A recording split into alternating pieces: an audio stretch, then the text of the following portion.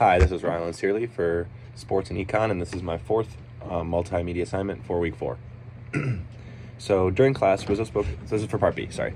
During class, Rizzo spoke about OSHA, and more specifically, how NCAA athletes are never filing claims with OSHA. For example, if a D1 hockey player took a skate to the neck and almost bled out, but ultimately ended up recovering in the hospital, does this give the player the right to try and get paid for the time he is out, or some form of compensation for what happened during the game?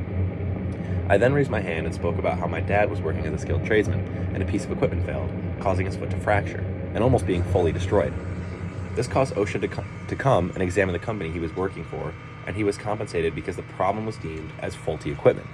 In this case, what is the difference between my father and the D1 hockey player? One saw OSHA and one didn't.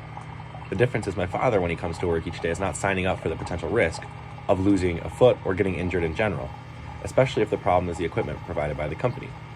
Whereas the hockey player, every time he steps out on the ice, is risking getting injured, and that is the choice he is aware of and still chooses to play. The difference is not simply perceived risk in either of their, quote, work environments, when one's not even really considered to be work in a traditional sense, but it's also the decision to continue playing even with inherent risks. And I felt like in the sports and economics literature, so this is now part A, for what I found is quite well related.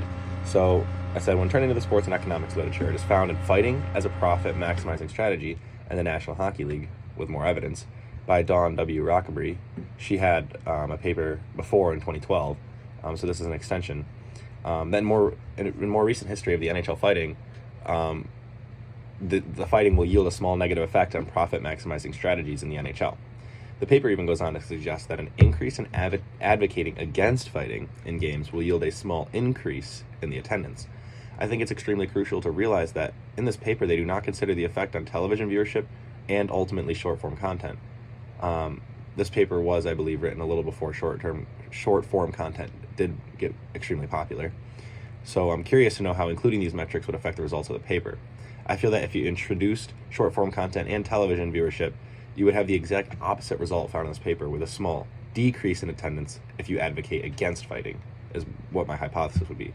Usually when looking at what type of content actually gets clipped into shorter videos in the NHL, it is going to be extremely big hits, fights, as well as amazing goals or saves. I think this data is needed, and I would even be interested in doing research into this topic.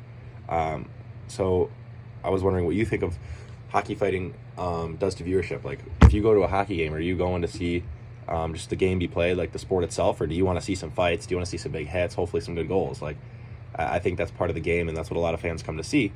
But then I also started thinking about, how does that affect profits? And then also, is there a difference between fighting in the NHL versus NCAA, club, juniors, or high school teams? Especially when the skill is lowered, I feel like there's more fighting witnessed to compensate for the lack of skill and lack of already known viewership. So maybe in lower leagues below the NHL, this is completely different. It might even be the opposite. So I had it for this week. Thank you.